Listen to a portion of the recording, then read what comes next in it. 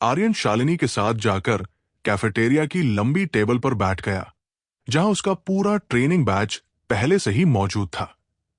कबीर, जो अब तक सबके साथ मजाक कर रहा था, उसे देखते ही बोला, चलो, अब तो आर्यन भी आ गया, अब कुछ ऑर्डर कर ही लेते हैं।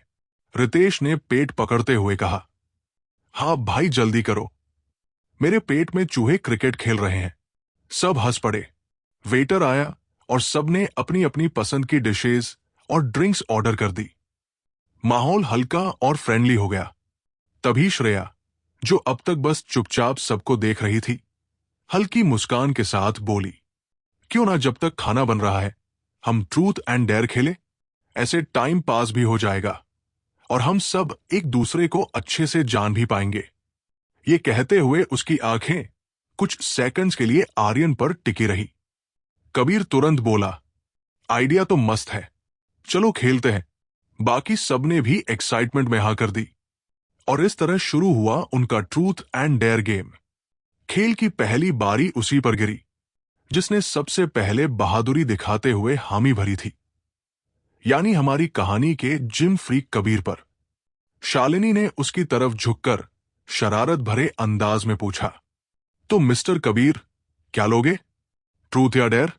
बाकी सबने माहौल बनाने के लिए जोर से चिल्लाना शुरू कर दिया।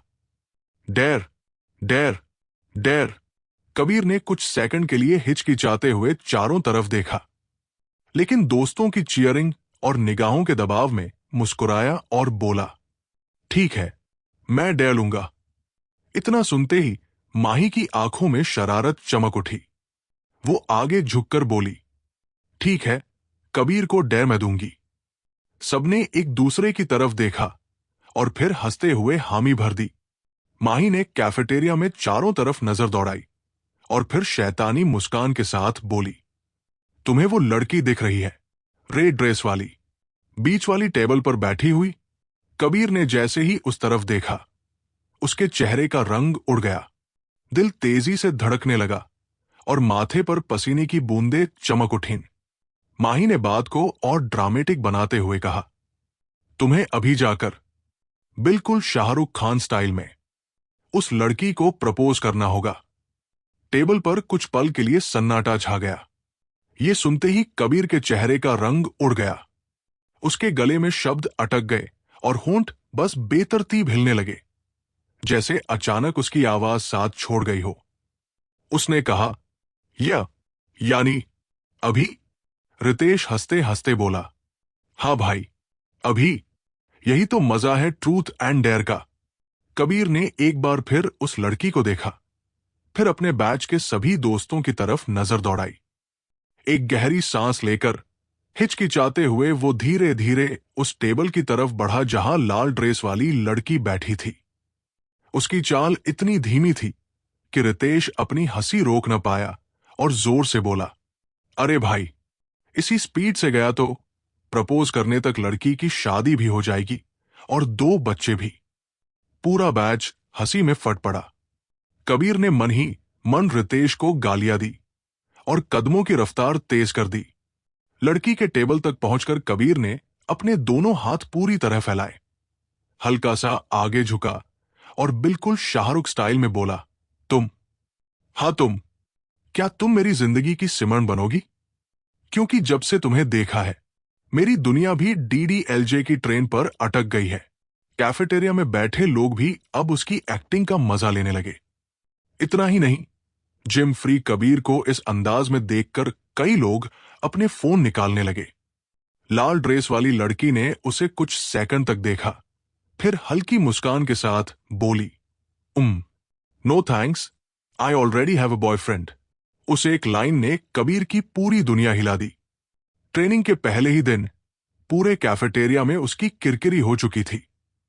उसे ऐसा लगा जैसे किसी ने उसे स्टेज पर स्पीच देने बुलाया हो और उसके पहुंचते ही माइक बंद कर दिया गया हो। किसी तरह दिल और दिमाग पर पत्थर रखकर वो वापस अपनी टेबल पर लौटा। खेल फिर शुरू हुआ। इस बार बारी आई शालिनी की। किसी के पूछने से पहले ही उसने ट्रूथ चुन लिया। श्रेया ने मुस्कुराते हुए पूछा, सच सच बताइए, क्या कभी किसी ट्रेनी को देखकर दिल में ये ख्याल आया, उफ, ये तो बड़ा क्यूट है? शालिनी अचानक चुप हो गई। घबराहट में उसने हल्की सी निगल ली और फिर अनजाने में उसकी नजर आर्यन पर चली गई। उसकी परफेक्ट बॉडी और हैंडसम चेहरे को देखकर वही फीलिंग उसके चेहरे पर साफ झलक रही थी। वो बोली, हाँ, पूरा बैच एक साथ ओव करता है। शालिनी का चेहरा और लाल हो गया। रितेश ने छेड़ते हुए पूछा, वैसे मैम, कौन है वो खुशनसीब? शालिनी ने अपना कंपोजर ठीक करते हुए कहा, आई थिंक एक ही सवाल पूछना अलाउड था। बैच के अरमान ऐसे चूर हुए जैसे किसी ने मिठाई दिखाकर छीन ली हो। इसी बीच उनका खाना भी आ गया। खाना खाते हुए भी गेम जारी रहा। अब तक कैफेटेरिया में कबीर की जो हालत हुई थी, उसके बाद किसी में हिम्मत नहीं थी कि डेर चुने। फिर बारी आई आर्यन की। माही ने हल्के से सेडक्टिव अंदाज में पूछा, तो मिस्टर आर्यन, क्या लेंगे आप, ट्रूथ या डेर? रितेश ने हंसते हुए कहा, कम ऑन माही, तू आर्यन को नहीं जानती क्या? डेर तो उसका मिडिल नेम है। ये कहकर आर्यन के पास बचने का आखिरी मौका भी रितेश छीन लेता है। मन ही मन वो रितेश को 1000 गालियां देता है, लेकिन चेहरे पर एक मजबूर सी मुस्कान लाते हुए माही को देखता है और कहता है, हाँ, क्यों नहीं। रितेश तो जैसे इसी पल का इंतजार कर रहा था। चेहरे पर शरारती स्माइल ये बोला, डेर ये है, एक लड़की के पास जाओ, घुटनों पे बैठ के प्रपोज करो और ऐसा अभिनय करो कि वो खुद ही कंफ्यूज हो जाए कि तू सीरियस है या मजाक कर रहा है। आर्यन हकला गया। अभी? कबीर ने तुरंत ताली बजाई।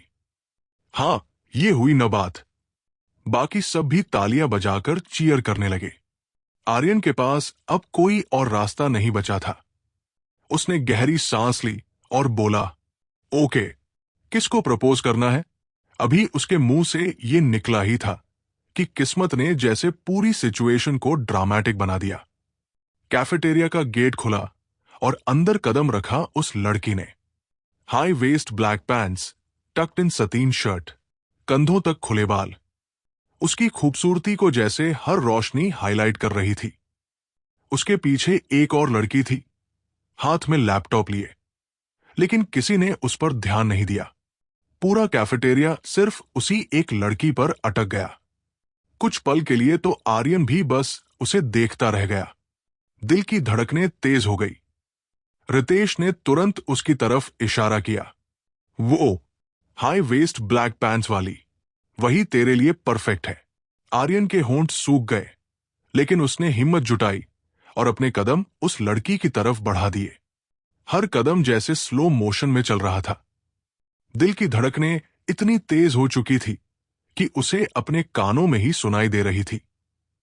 उसी वक्त शालिनी, जो अब तक फोन पर थी, अचानक अपनी निगाहें उठाकर उस लड़की को देखती है। जैसे ही उसकी नजर उस पर पड़ती है, उसका चेहरा सफेद पड़ जाता है। घबराई हुई आवाज में वो बोल पड़ी, कोई रोको उसे, वो हमारी vice president miss Ekta Sharma है। अगर आर्यन ने सच में ये कर दिया ना, तो पहले दिन के साथ साथ उसका आखिरी दिन भी आज ही होगा ऑफिस में। पूरा ग्रुप, जो कुछ सेकंड पहले तक हंसी मजाक कर रहा था, पल भर में सन्न रह गया। रितेश के चेहरे की हंसी गायब हो गई। माहौल में अचानक से टेंशन भर गई, लेकिन अब बहुत देर हो चुकी थी। आर्यन अपनी सीट से उठकर बिना पीछे देखे कदम दर कदम एकता शर्मा की तरफ बढ़ रहा था। पूरा कैफेटेरिया उसकी तरफ देख रहा था। कुछ लोग अपनी सांसें थामे हुए। उसकी हथेलियां पसीने से भीग चुकी थी, लेकिन उसके चेहरे पर वही मासूम कॉन्फिडेंस था।